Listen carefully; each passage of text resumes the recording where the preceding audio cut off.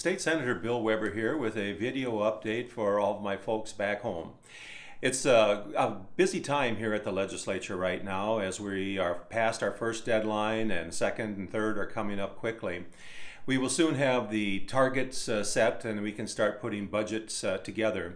So far, what has been going on for me personally and representing you here in Senate District 22, we had in our Ag, Rural Development, and Housing Committee last week, we had the Ag Policy Omnibus Bill. And this is a bill that is brought to us by the Department of Agriculture, and to which then we add various elements that were passed through our committee. And we did pass that out of committee. It will go on to the floor. There are a number of things in there that deal with regulations and as it relates to the to seeds and grains and the meat industry. We also had a provision in there that rewrote the dairy bill, and that was fairly extensive, but it was done in close cooperation with Minnesota Milk, our milk producers here in Minnesota. And so at some point here in the not too distant future, that bill will make its way to the floor.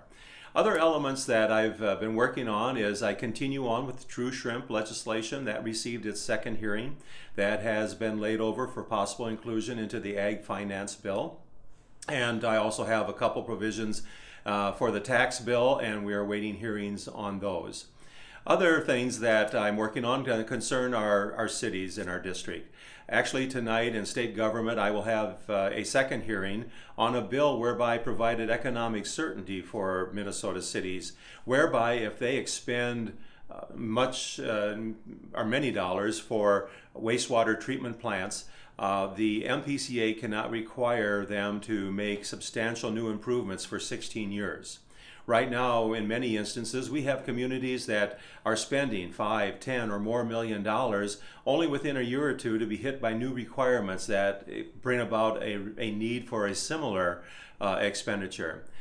This has gotten to be an extremely costly project. Actually, right now, I think by MPCA's own estimate that we are looking at potentially at $4 billion of water and wastewater projects in the state of Minnesota. In the bonding bill that was derailed last year, there was $167 million for the Public Finance Authority, which is money that goes to local communities for these type of projects. You can see that at $167 million in a biennial bonding bill, we have a long ways to go to get to the $4 million. Finally, we've also passed a bill out of the Senate that deals with the ditch mowing issue and the Department of Transportation. While we expect that at the end of the day there will be continued discussion, our goal is to have the Department of Transportation back off of these new rules and bring to the table representatives from the agricultural industry, letting them know exactly what can work and what can't work.